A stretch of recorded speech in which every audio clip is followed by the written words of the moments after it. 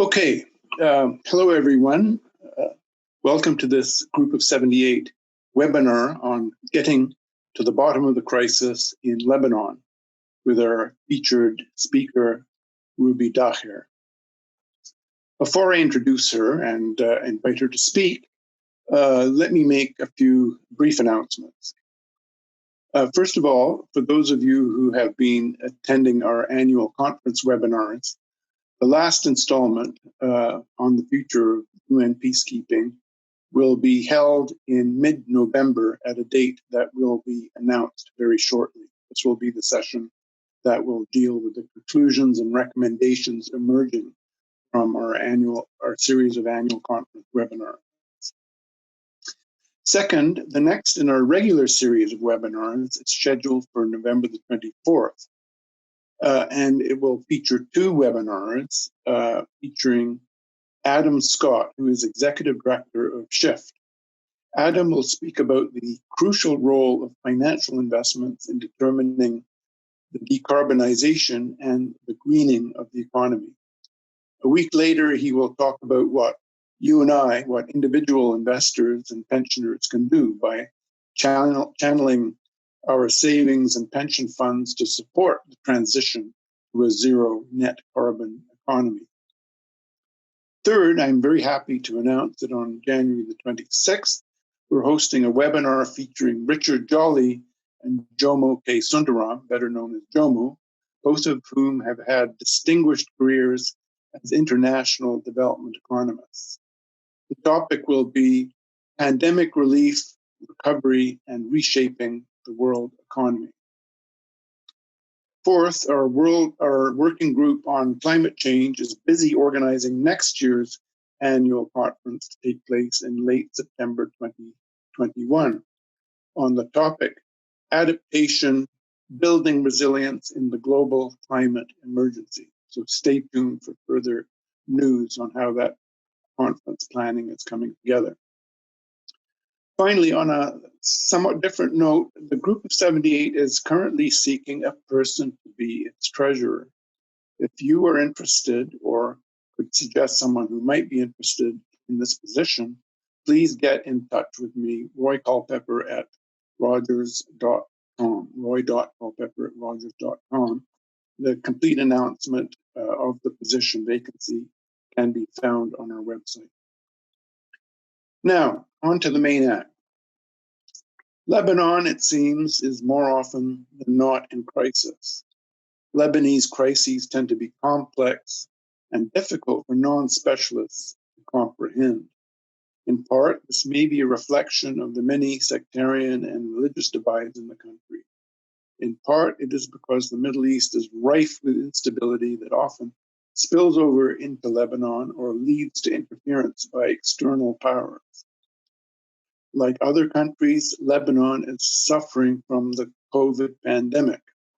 And in the current crisis, the economy is verging on collapse. But beyond all of these factors, there are deeper domestic causes of Lebanon's serial crises, notably a culture of pervasive corruption. To get at some of the root causes of Lebanon's crises, we are fortunate to have as our distinguished speaker someone who has intimate knowledge of Lebanon's economic, social, and political culture. Ruby Dagher currently teaches in the School of International Development and Global Studies at the University of Ottawa. Dr. Dagher has worked and consulted with the Canadian International Development Agency, the Caribbean Development Bank, the University of Central Asia, and Global Affairs Canada. She has a doctorate in public policy and administration from Carleton University and is the recipient of numerous awards and scholarships. She is trilingual in English, French, and Arabic. And I'm delighted to say that she has recently joined the board of the Group of 78. Ruby, please help us unpack multiple crises that beset Lebanon and, if possible, suggest ways in which a sustainable peace and a healthy democracy might emerge. Ruby.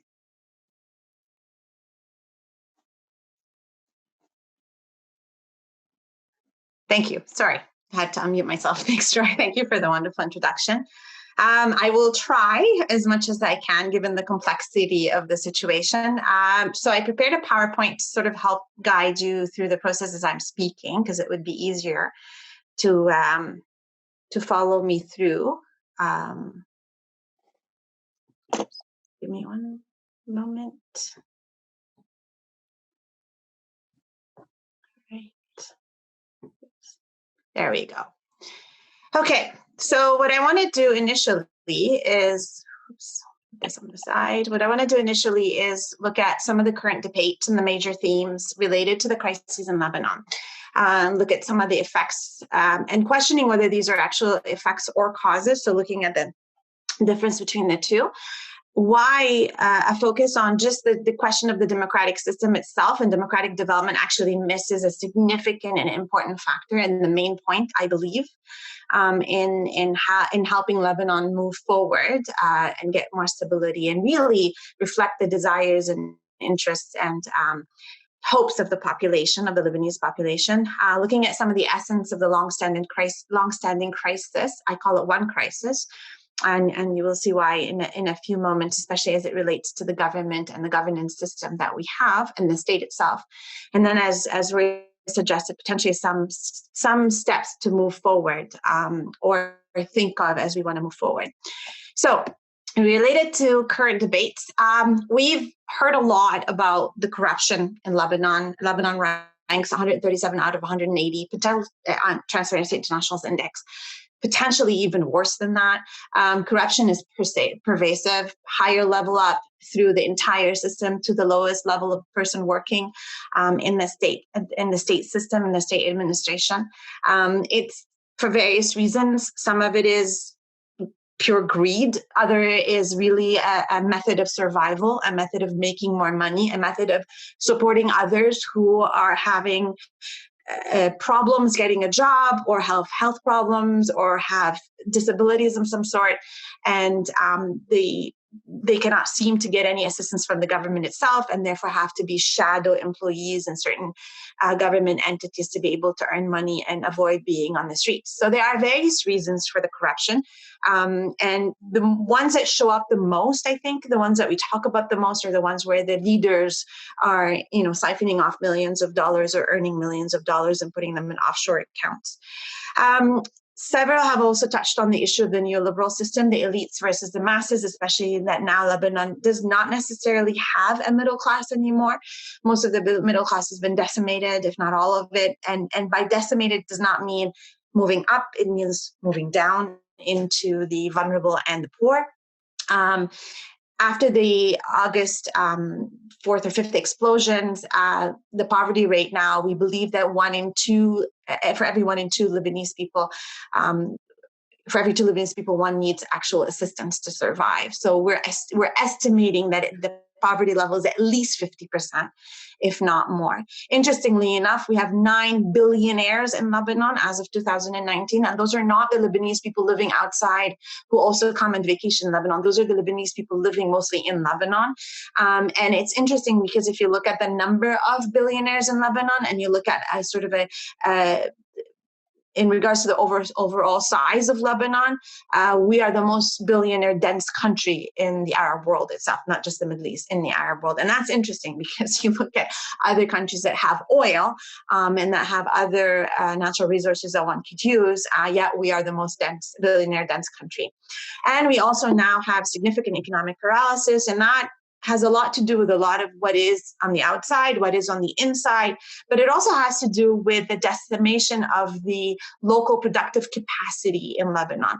Lebanon, after the end of the Civil War in 1990, completely opened up its economy and basically decimated everything that was a local production, important local production, or even viable local production. And now we're starting to see efforts at rebuilding that productivity base within Lebanon. And that opening up led Lebanon to specialize in 2 things. One was the financial sector, Lebanese banking sector, which was giving enormous amount of interest on savings, especially after the 2008-2009 financial financial crisis. The Lebanese banks, some of them are giving up to 20-something% interest. So a lot of the people who wanted to remove their money from American banks, for example, and European banks moved it to Lebanon, even non-Lebanese people.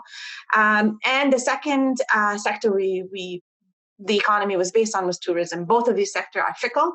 Both of these sectors are impacted by significant events in the region. And as we know, Lebanon is in a very difficult region itself. So that also increased the situation or the gravity of the situation that we have right now. We have power games. Everybody talks about power games between the different actors within Lebanon, but also the actors outside Lebanon, which leads me to the external players, Egypt, France, Iran, Israel, Palestinians, Saudi Arabia, Syria, United States, other donors, IMF, World Bank, Arab League, everybody.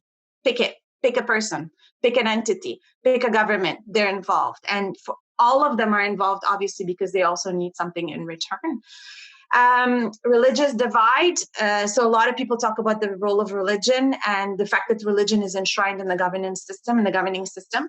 That also has raised a lot of concerns and issues, especially when you have so-called a civil war that was based along religious lines. And I say so-called for various reasons. We can talk about that. Difficult neighborhood, like I talked about, and the little thing that we don't see at the bottom is weak democracy. So the weak democratic system that we have, we do have a democratic system, but it's significantly weak, and we'll talk a little bit about that. So if we look at the causes and the effects, on the left-hand side, you will see basically how people now perceive the situation in Lebanon. So they see that it's in a difficult neighborhood, there's corruption, neoliberal systems. I've covered all of those in the last slide. All of these factors lead to political and social crises. And what I want to do is I want to flip it around. And I want to propose that actually it's quite the opposite. The political and social crises are leading to the political control, which is leading to other crises, other issues like corruption, the role of external players, the power games in the neighborhood, and the economic control, which has led to the establishment of a neoliberal system, which now has led to poverty, inequality, and the economic crisis that we see, but that we've also seen throughout the Lebanon's history, really. And that's why a lot of people now talk about the fact that the economy was even better during the Civil War than it is now, or even before the Civil War. So this is my way of perhaps trying to rethink the process itself and trying to get us to think past it. And in the next few slides, I'll explain why and how I see it unfolding. So again, as we look at people going into the streets and demonstrating and the discontent, and we call it the new Arab Spring or the next Arab Spring or the revolution by the young, however you want to call it, the assumption is that we have an authoritarian-like system or weak democracy that's leading to inefficiencies, which is then leading to grievances, and that we have a weak state, lack of representation, the issue of sectarianism, external influences, and again, that sort of are at the base of everything. And what I want to do is I want to keep this, and I want to say that is true. That is not false. All of these factors are true. However, let's actually think one step back. If we talk about weak democracy, let's actually look at what do we need to have a proper functioning democratic system as it relates to the society itself. I know there's a huge discussion about internal structures and systems, but I'm talking about the society. And as I often note about democracies, democracy is really like a tennis game. The role of the government is to act, therefore throwing the ball to the other side of the court. And the role of the society is to react to what the government wants and also to establish desires or the desires to be known. And so they launch back the ball towards the government. And so what that requires is that requires the belief in what is a state, the belief in the importance of the state, the willingness to engage with that state. If they don't throw the ball back, there's no game. It's done. And when there isn't a game, then these leaders get to do what they want to do, even though people are electing leaders once in a while. They're not engaging in elections for the fact that it is a democracy. They're engaging in elections to show more or less their support for a leader, not necessarily the democratic system itself, not necessarily the state, not necessarily the belief in the state or the actions of the state. And so the society needs to hold these leaders to account and not just elect them because they believe in them and they want to show them that they're supporters of them, but also because they want to hold them to account. If you do something wrong, I will stop you. I will get somebody else to replace you. We also believe that for any democratic development or any democracy really to function, we need to be able to have an idea of the kind of state that we want and the type of responsibility of the state. So is it a neoliberal state? Is it a liberal state? Is it a socialist state? What kind of state are we talking about? And therefore, what is the state supposed to be doing? And that is all, that's why we talk about referendums, and that's why we talk about, what the people desire, because they tend to reflect their desires or what they see as a state in what they want to develop, have developed in front of them. And willingness to an interest in investing in learning about the state, its activities, and the work of government officials. We often talk about civil society. We often talk about NGOs that, hold governments to account. They can file as many reports as they want. They can publish as many reports as they'd like. They can raise the alarm as many times as they want. If the population doesn't care, the population doesn't care. And them alone cannot really, themselves alone can't really do much to change it. So what I want to do is, as I said, I'm not debating the three boxes that you see now on your right-hand side, but I want to pause. I want to perhaps suggest an additional box at the beginning, which is if we have leaders that act as brokers between the state and the society, so there's no real relationship between the people and the state itself, and where the legitimacy lies with the leaders, and I'll talk about that in a few seconds, and where we have limited benefits from the state, at least from what the people perceive. So why is the state here? Why am I supposed to pay taxes? Why am I supposed to listen to the state? And so if they don't see benefits coming from that state, there isn't that relationship. And especially if they see that the state is dysfunctional or that it is a pariah state, they actually also associate some negative aspects to it. So when we have this limited or non-existent state legitimacy, this then allows for a weak democracy. It allows for an authoritarian system. It allows for sectarianism to thrive, external influences, lack of representation, which then it leads to the corruption, the economy, problems with the economy and the politics and so forth. So in essence, let's look at them as potential effects or consequences of a bigger underlying issue that not a lot of us are talking about. And so, as I said, when I was talking about leaders earning legitimacy, especially in the Western world, we tend to associate legitimacy with state institution structures and state institutions and governments themselves. So who's governing? But in reality, even in the Western political science literature, if you look back, you'll see that in effect, there's more than one kind of legitimacy, which is the process legitimacy, which is what we associate with elections, rule of law, transparency, and accountability. And we have shared beliefs. What are our shared beliefs about our society, about what we want from our state? The international legitimacy comes from international recognition. And we have that performance legitimacy. So that legitimacy that a person or an entity or an institution earns by taking care of the basic needs of the population. And the difference between performance legitimacy and clientelism is that performance legitimacy allows the leaders to then speak on behalf of the people that are giving them this legitimacy and implementing change on behalf of the people. They become the voice of the people. Clientelism is more of an action-reaction. You vote for me, I give you this. It doesn't give them the opportunity to then become the legitimate leaders to make decisions on behalf of the population without always having to constantly check in with the population and do this exchange that clientelism requires. So it is deeper. And from even the Western literature and from a lot of research that I have done related to performance legitimacy in many countries around the world, especially post-conflict countries, we find that a lot of the countries where we have a weak state or where we have a state that's not existent in the lives of its people, people tend to give more importance to performance legitimacy than process legitimacy or international legitimacy and recognition.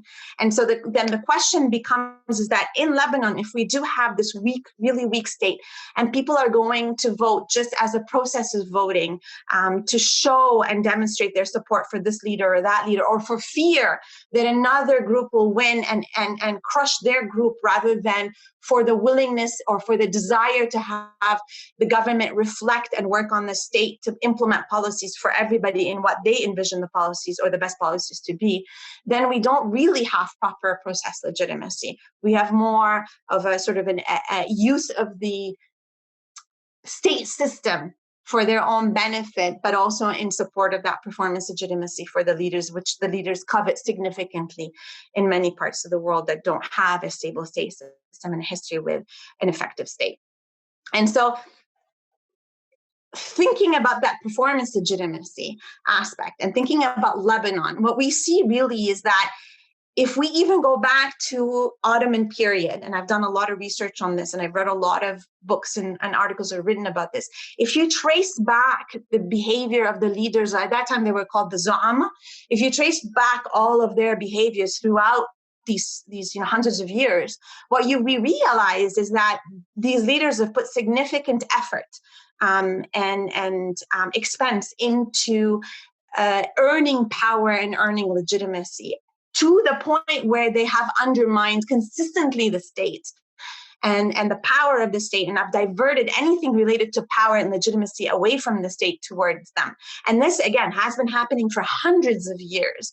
And in essence, what it has led to this sort of really weak state-society relationship, and these leaders to be the ones that are either providing the basic goods and services to the population to help them survive, or allow or sort of sell themselves as the ones providing it, even if they have to abuse the state systems to be able to do so. And so it is something that has been at the heart of the behavior of the leaders. Now, that being said, it doesn't mean that they are sharing all of their power or sharing all of their resources. It doesn't mean that there wouldn't be any poverty. What it means is that they've been able to cement the importance of their presence in people's lives over the so many hundreds of years that Lebanon or the Lebanese people have sort of lived in that area, or people have lived in that area. And so that allows them, again, to play that brokerage role between the state and the population, and be able to maintain this control over the population, but also over the state resources, and then sell the state as an entity where they just, the state is important so that we earn enough power to protect ourselves from the others. And that's where sort of the others start to come into view. And they actively weaken the state system and to improve their own legitimacy.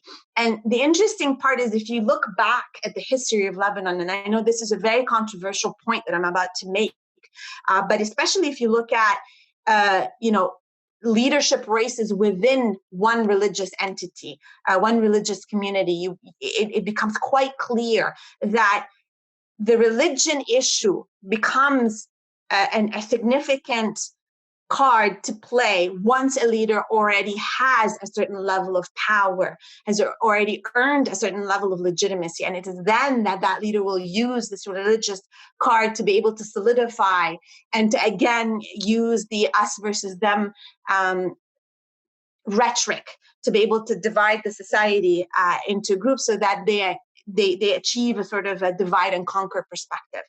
And in doing so, and to be able to do so, and especially because it is a really resource-intensive process, throughout the history of Lebanon, we've had these leaders always reach to the outside to get the resources that they need to be able to maintain this really resource-intensive relationship with the population.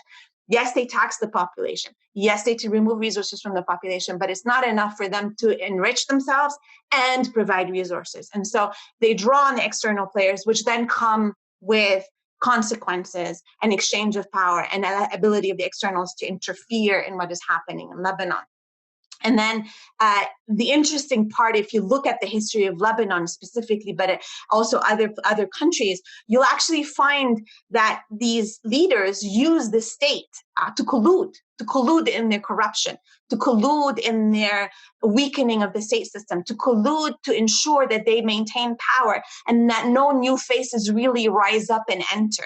And so while they sit there and they talk about others as being corrupt, while they sit there and they complain about the level of corruption, the inefficiency, how the other group is bad and we're good and so forth, they do the same thing. And it's sort of a wink, wink, nod, nod type of relationship where I will allow you to get away with this. I will talk about it in public a little bit to show that, I'm defending our system and our state and Lebanon, but you can go ahead and do that if you allow me to do that in return. And if you look at the corruption in Lebanon and the fact that everybody says, the Lebanese people are now saying everybody means everybody, is because they've woken up to this situation where there's a sort of a collusion that's happening in the government. And that, the reason why I have it in a sort of a circular manner is because all of that reinforces and feeds itself again and keeps turning and turning and turning.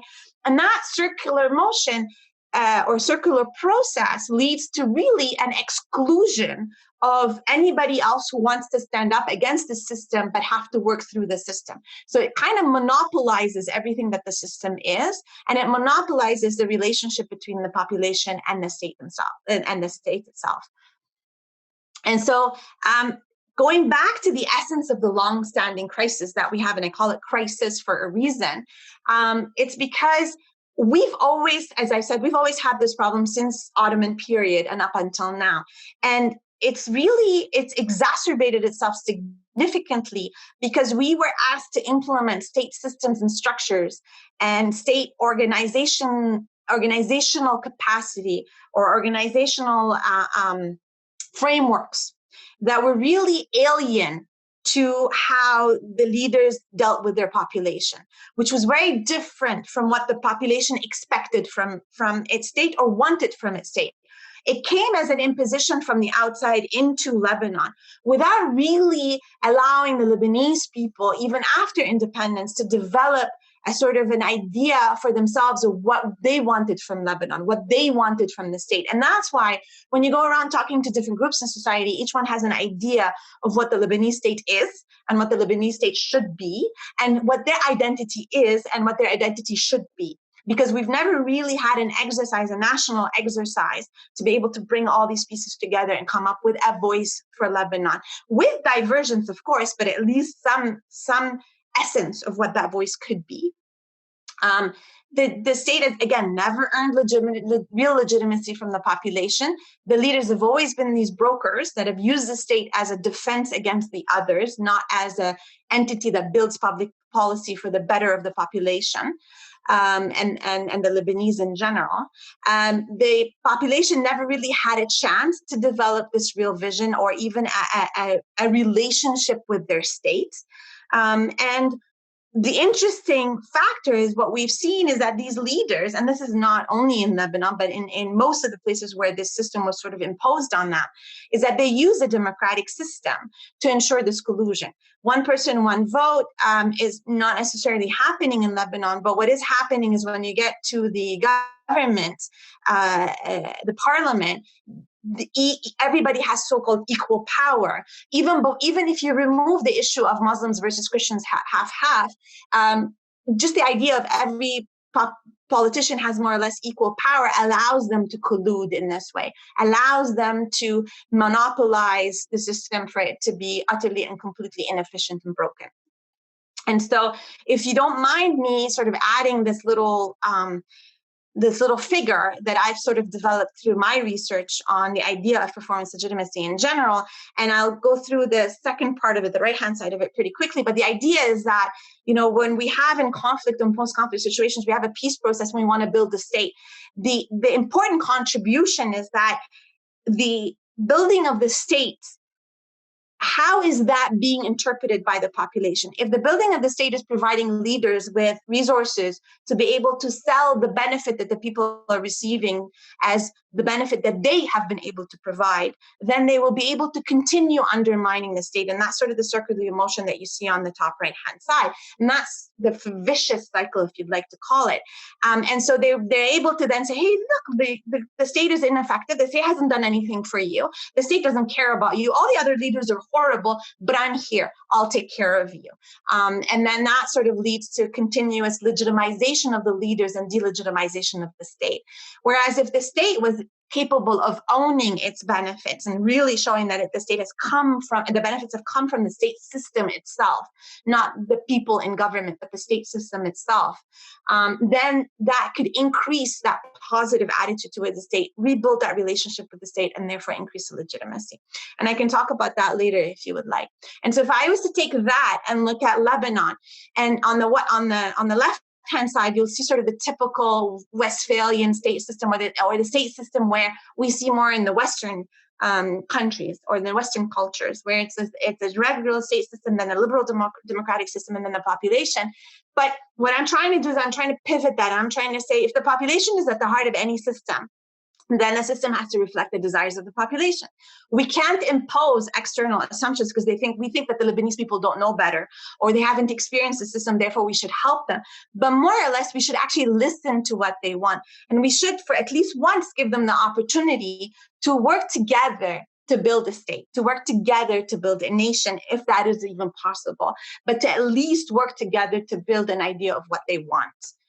And so, hence the idea of the new shift. So I've kind of highlighted the fact that at the essence of all these problems that we have right now is the utter and complete failure of what the state is, and the fact that the state is really a skeleton, a shadow of what it's supposed to be, and how the leaders have been able to abuse the state. And that has come very much from how also the Western world has seen or believed a state should look like, and tried to pluck it there and put it in Lebanon, and then ask the leaders to behave kindly to the state, but also ask the population to react to the state's behavior and the leaders' behavior when the prerequisites are not really there for various reasons. And so the idea of the new shift, leaders in the last 3-4 years have become complacent, more or less, in Lebanon. They're spending less on the population. They're living very extravagant, open lives. So people have sort of see more of where they're spending and what they're doing. They have really done very little, except for some groups, notably Hezbollah to a certain extent, to establish these links with the younger generation, the generation that didn't go through the civil war, the generation that doesn't have this historical disregard for the other groups, let's say. And ultimately, they just got too drunk with power and thought that they would never be removed because they've been in there for so long and the population has been complacent for so many years. To that, add the fact that the neoliberal system really significantly increased the poverty, especially to a point where many people, as I said earlier, lament the civil war for the benefits, at least, that they were having during the civil war, and even a level of poverty that some say Lebanon has never seen ever before in its history, which I doubt. We have the internal shocks to the system, the Beirut explosions, the intolerance of criticisms that now we're seeing more and more by other entities where it used to be open before to criticize. Really significant perceived incompetence of the leaders with everything that's happening and the collapse that people are seeing. And people really believe that the leaders have sort of fell asleep at the wheel. But interestingly enough, when all these criticisms has sort of been laid on these leaders have restarted their support to the population, or have increased their support to the population. So when Corona happened, you found a lot of leaders going in and then started giving social services to the population where they didn't give before. So they've realized that they've kind of slipped, and now they're trying to do this whole circular performance legitimacy thing all over again. But we also have a population that is really not scared of being vocal. And that vocalization of discontent is really stronger than ever. And when I talk to, the generations of the 80-year-old, 90-year-old people, and even the 70-year-olds, they tell me we've never seen this before. Even during the Civil War, we never saw this type of, of vocalization or willingness to vocalize as much as we see it now. And so, as Roy had suggested, potentially things we could think about for moving forward in the short and the long run, because this is going to be a long haul process, is we need to continue, because there have been some, and we've seen this in some of the protests, to build and enhance these community links that people are starting to develop between different groups, or have developed over the last few years between different groups, so that we don't that the situation is not rife for leaders to again sow division between the various groups in the Lebanese society. And we need to really do a lot of the footwork, a lot of the homework, a lot of the hard work to really listen to people, go around the country, figure out what people want from their state, figure out what people want as a state, the kind of state that they want, and what they want it to do. So that if we want to build something, we build something that really speaks to the people and reflects the people and the desire of the people. Not to say that it will remain there, but give them something they want to interact with, and then improve it as time goes along. Because obviously you can't come up with something foolproof, perfect right away. At the same time, for them to be able to willing to even engage in this thought process, given that so many people are saying, where's the state? The state was never here. The state doesn't care about us. The state is inexistent. Perhaps start to enhance the presence of the state. And that's really difficult to do when you have leaders controlling the state. But we do have in Lebanon several municipalities that are completely unaffiliated with the various leaders. So the more that these municipalities start providing services to the people, the more that at least these people in these municipalities will start to see the benefit of the state. And then potentially there's a potential chance for it to spread to other municipalities and to spread to other areas, because we've proven that the state can start taking care of that. And we do know from recent studies of the state, unlike in the 1970s and 80s, we do have quite a few public servants who are independent of these leaders and who just want to help the Lebanese people. There are that are not, there are some that are not, but we do have allies inside the state public administration that want to support the people. And the other point that I would like to make is that we do have the point of sale. So the little transactions that people do with the state, and even at these points of sales, we can try to enhance the capacity of the state to work and to provide services. And so in tandem, though, stop hoping that the leaders will change, because that's not going to happen, especially with the latest development in Lebanon now. Stop trying to pass anti-corruption and accountability clauses, because again, the system is corrupt and will continue to be corrupt, and the people are not properly holding them to account, and there's no power in the system, in the government for the people. Stop trying to enhance the internal democracy-related clauses right now, because those clauses will be passed by the same leaders that are recycling through and continuing to manipulate the system. Continue to work on with unaffiliated civil society organizations to support the people that are suffering, because you cannot ignore the suffering of the people, and avoid giving leaders more legitimacy, especially performance legitimacy. And so what I want to point to is that there is a shift, and you can see this picture and says, this is the Beirut report where the explosions happened. My government did this. What I like about this, and I underlined in red, is government. It didn't say state, it said government. So people are starting to understand that there's a difference between the two, and they're starting to ask for their state to step up. And I just want to finish with this picture, which is a Lebanese artist that put this statue together from debris of the explosions. And that's it. Thank you. And I'm going to try to stop sharing my screen. There we go. That works. So I hope I didn't take too long, Roy. I'm sorry. Oh, that was fantastic. Ruby, thank you very much for that very deep and rich analysis of Lebanon's long-standing crisis, as you put it.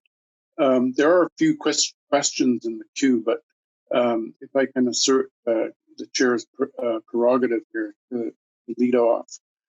You mentioned at several points that the neoliberal policy has been part of the problem. And I was particularly struck by your reference to the fact that poverty levels have gone back to their level in the 1940s, 1943.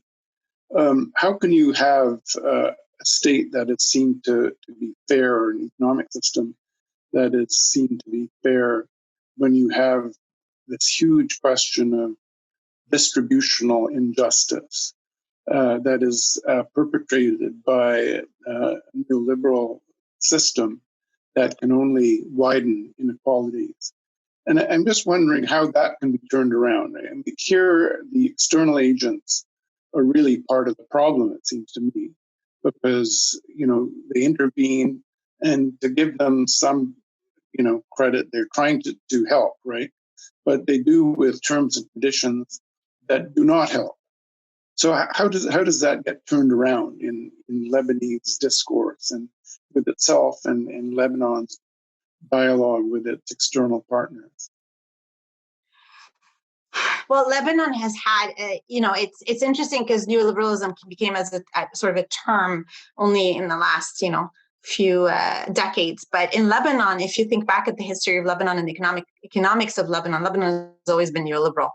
We've always had the elites versus the masses, and we've always had sort of open trade and so forth. So what we realized, though, especially during the Civil War, at least at the beginning of the Civil War, and more towards sort of the middle of the Civil War is that we've realized that we have the capacity to build a significant amount of middle class.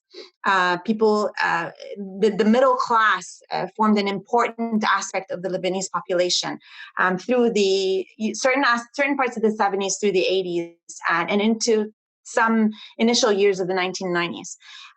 And so the problem, as you suggest, Roy, is when the World Bank and the IMF got involved in Lebanon, which is right after the end of the Civil War, that's where this neoliberal system really officially became a necessity for any development in Lebanon and any release of funds, really. And the IMF and the World Bank were quite aware of all the corruption, as did all the donors were aware of this corruption. It wasn't something new. What is really interesting now is that we have a movement in Lebanon, civil society groups and other people who understand the austerity of the IMF and the World Bank and understand that this is not the type of system that they want, and understand that, have finally woken up to the fact that their productivity base is gone. And so there is a pushback to accepting and agreeing to the reforms that the IMF and the World Bank are wanting to implement. The problem with that is that we've had at least one or two groups, including Hezbollah, who've also jumped on that bandwagon and sort of used that as a means to oppose any reform, really, because it's the IMF and the World Bank, the big bad people trying to come in and implement that. So we are having a situation in Lebanon where more and more sort of civil society groups are stepping up and are really starting to sort of question this idea of neoliberalism. And the interesting part is that, while the IMF and the World Bank are also colluding with all the recycled leaders that we have in the government, we do have a base of a society that's rising up and asking for change and not wanting anymore this type of system. So I'm hoping, and that's why I included at the end the idea of working with civil society and continuing to do this on the ground work, do a bottom-up approach. I'm hoping that would lead us to sort of come up with systems that are not necessarily imposed by the outside and not too neoliberal. Great, thanks. I see we have a few questions in the queue now. Let me start with the first one from Lawrence Cumming, who assumes that the solution to these problems will involve a serious constitutional change process. Does Canada, as a friendly country with a large number of Lebanese Canadian citizens, have anything to offer in facilitating such a process of change? Any constitutional change right now, if it's not passed by the people in the government, it would be deemed to be unconstitutional. So it would not be something that is acceptable. The Lebanese population do not have the appetite for another constitutional change that is established somewhere else. So if we think about the 1988-1989 Taif Agreement, it was done in Saudi Arabia by the Saudis that was the biggest power at that point, dealing with the Taif Agreement, that changed the Lebanese constitution. The Lebanese people don't have the appetite for this constitution to be changed by external powers, and nothing that the Lebanese people can do right now, other than vote in another group of people, can change the constitution. Voting in another group of people is in and of itself a very difficult situation right now, because they've drawn the last electoral lines that they drew, and the last electoral law provided the existing leaders with significant power because they were drawn in a way to continue giving these people the same base. We know that a lot of people now are starting to become tired of the consequences of the revolution, with these leaders stepping up and providing more sort of services and rebuilding the performance legitimacy. There are concerns about what new elections could mean, and whether, again, there will be another recycling of these leaders, and if it's not necessarily these leaders but somebody like these leaders. So some people are pushing for elections, others are questioning whether that would be a good thing to have right now. But can Canada help? Other than the fact, again, doing the bottom-up work, I don't know if we can really help without causing more tensions inside and without leading others, as we saw in the last 2-3 days with that Macron's comment and Hezbollah talking about imperialism and imposition of Western ideology on Arabs and hating of Muslims. So we have to be very careful.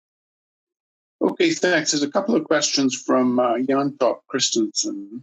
First is a comment, really, who he was looking for, linking some of your concepts, abstract concepts, to real development right now. But he asked specifically, can you give the names of independent municipalities that you referred to carrying the potential to serve citizens?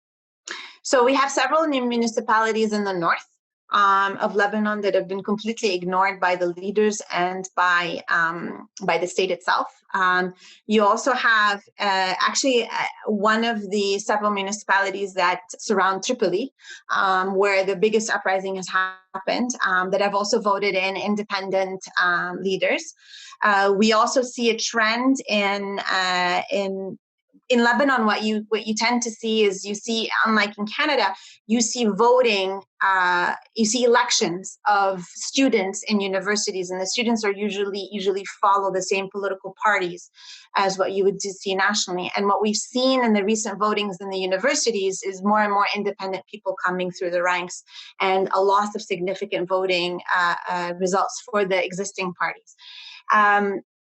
I know for a fact that when I was at CETA, we were working on a potential World Bank project to build municipalities. And we did talk about several municipalities that surround Tripoli. I spoke to one of my friends recently who works in development in Lebanon, and she confirmed that these municipalities continue to be independent. We do not have independent municipalities in the south. We do not have independent municipalities in Bekaa Valley. We do not have, well, we might have one independent municipality in the Matan region, but they aren't many. To your point, absolutely, there aren't many, but it's a start. Okay, in a related vein, Richard Armston asks what specific communities have enough potential common interest to be linked.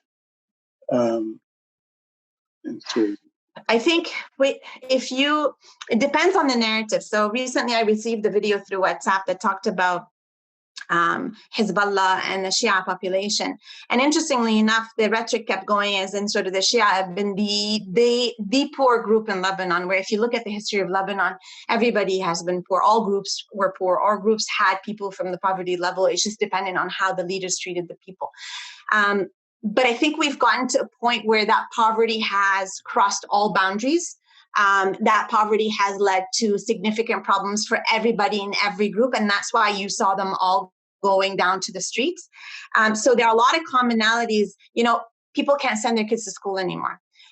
Even government-led schools, or even schools that are supported by some of these leaders, there isn't enough of an infrastructure.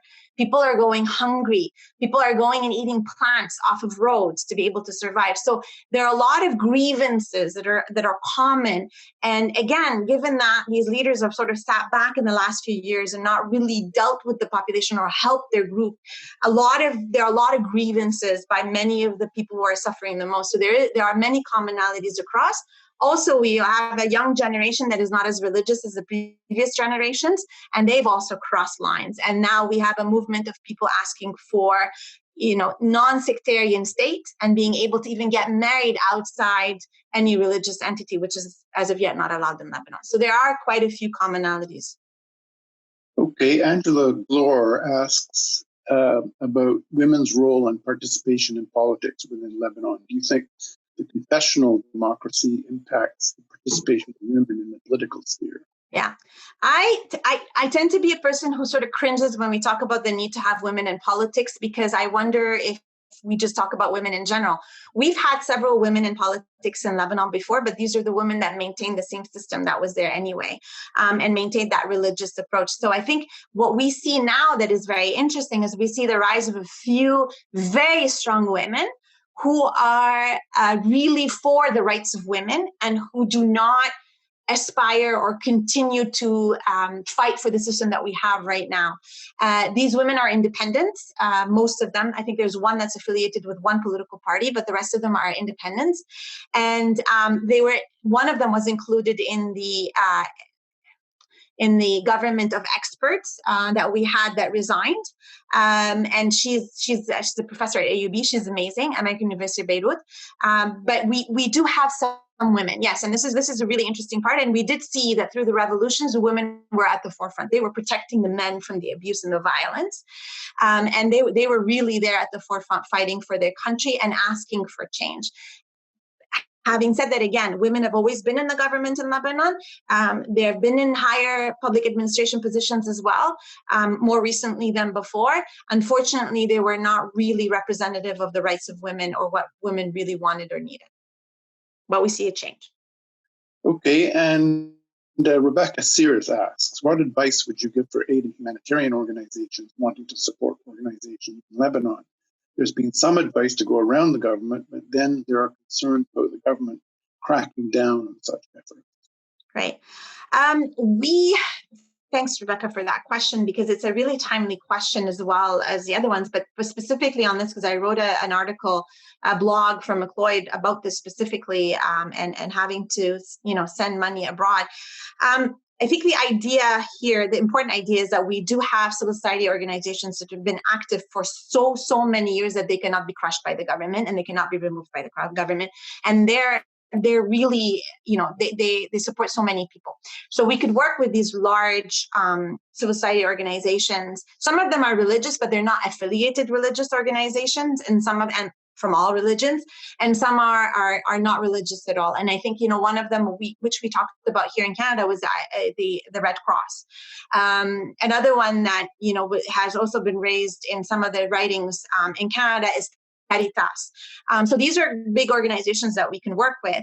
The smaller organizations there have been some issues of how the government has reacted to the smaller organizations, but these organizations are also being protected by the bigger organizations and by some of the independent, if you want to call it, political groups that are there to protect these people. And so there's a significant need. We can help. We just have to be very strategic in how we do it. And by being strategic, what I mean is really dealing with interlocutors in Lebanon who can really give us more information.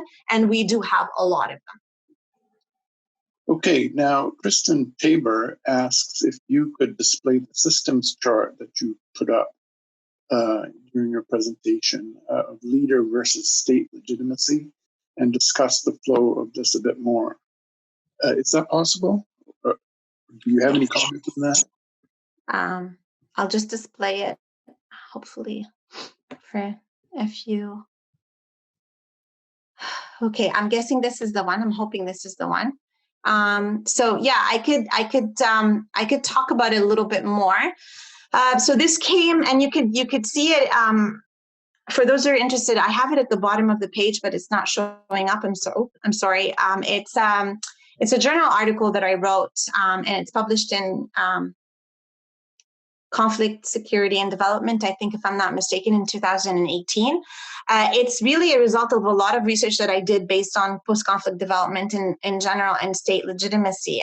And the idea is that, often we talk about the fact that when we start building peace, there's no legitimacy that actually exists. And this whole theory of transition shows that legitimacy actually does exist. And it's just a different kind of legitimacy. So we can't use our current indicators of legitimacy to really understand the level of legitimacy that exists, because the current level indicators of legitimacy deal more with process legitimacy, so issues related to democracy and human rights and rule of law, which are important, but are not necessarily applicable in such situations. And so the whole idea is that we start with the peace process, and we often start with situations where the state has no or minimal legitimacy, at least with a significant percentage of the population that's been hurt by actions of the state if the state was involved. Or we start off with the fact that leaders do have legitimacy and the state does not have legitimacy. So either the leaders have nothing, or the state has and the state has nothing, or the leaders have something and the state has nothing. And then we tend to want to initially say it's important for the state to build its legitimacy, and therefore we want to build state institutions. And the state institutions, what we want to build initially in our current theory, will support the democratization process.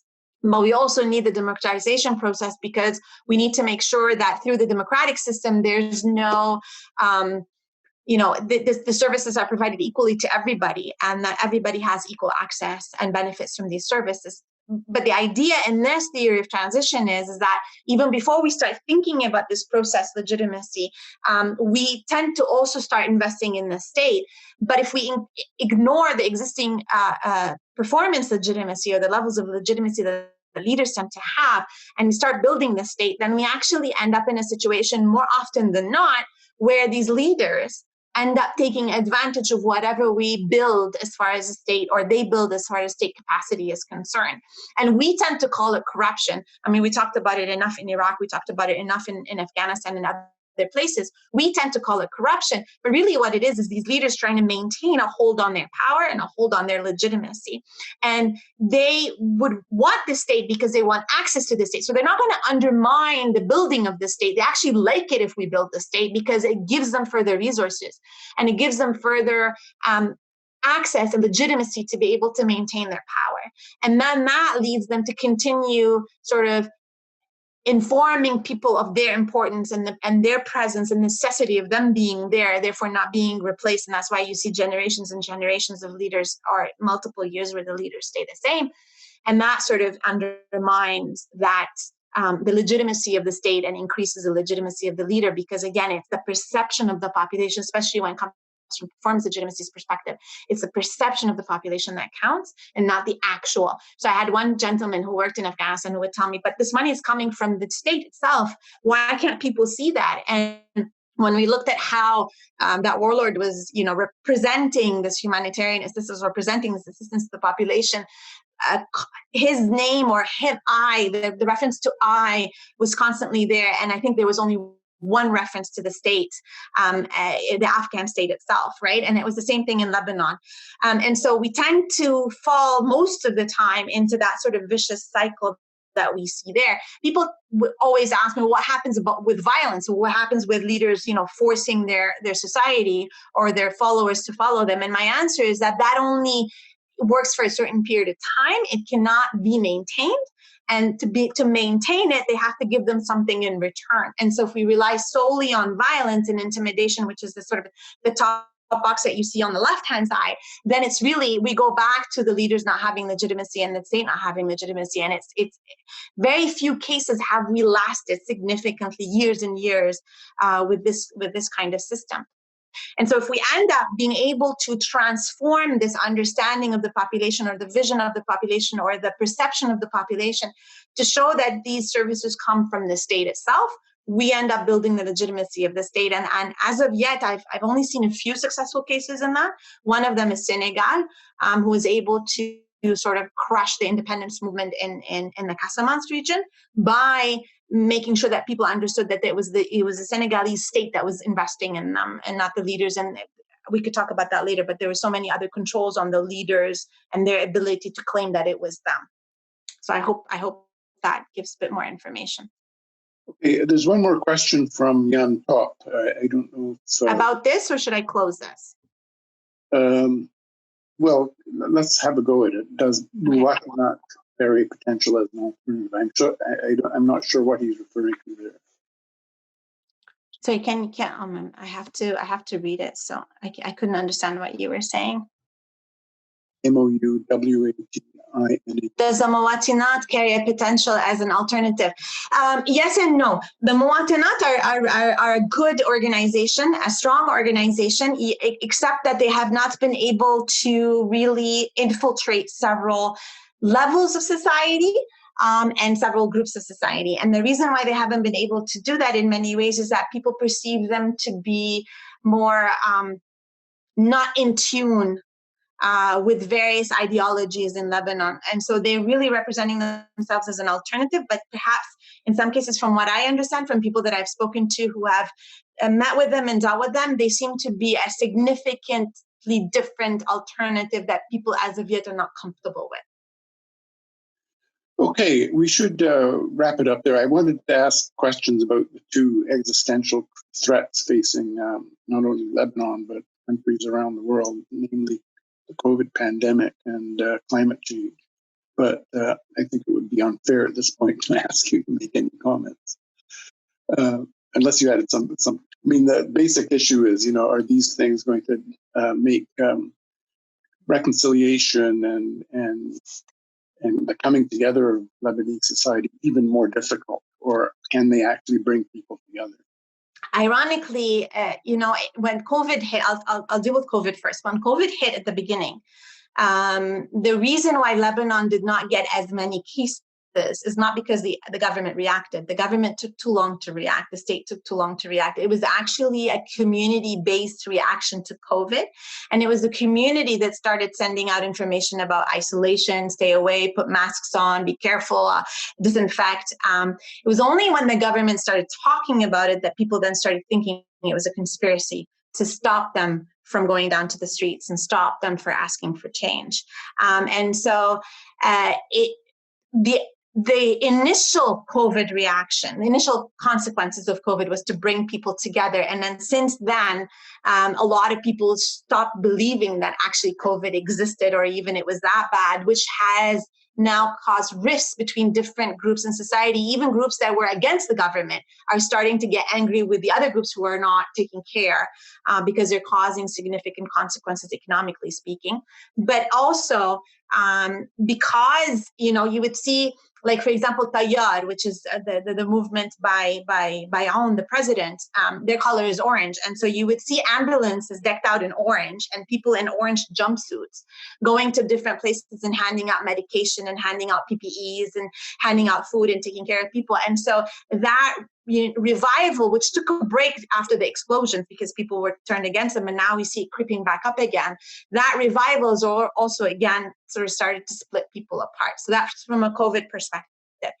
From a climate change perspective, Lebanon has significant consequences due to climate change. As we speak right now, there are so many fires burning in Lebanon in the mountains, and I think a lot of people are very angry with what is happening with climate change, but they perceive it more to be a result of external issues than internal issues in many ways. Many of them have just given up on the idea. They're angry with the reaction of the government to these crises. So not being able to go put out the fires, not having proper equipment to do so, spending money, corruption versus, let's say, buying a fire truck. So there is anger, but it's only anger because of the consequences of climate change and not because they're not doing much to eliminate climate change per se. And that is splitting people, but it's splitting people also. It hasn't shaken the people who truly believe in their leaders, because they continue to say it's not our leader's fault, it's the other leader's fault. It's not our leader's fault, it's the other leader's fault. So it's kind of also fallen into these argumentative cracks, I call them. Okay, we'll have to end it there. I didn't, in going through the questions, read out all of the words of praise, which many of our questions put into their questions. So I'm happy it was helpful. I'd like to join them in thanking you profusely too for this presentation, and I hope we can do it again sometime. Oh, it was a pleasure, and thank you for giving me this platform. I think we really need to pivot our thinking to help as much as possible. For our attendees, the session will be recorded. It has been recorded and will go up on our website in due course, along with your slide presentation, I hope. Yes, I will send it to you. All right. Thank you very much again. Thank you. Thank you, everybody.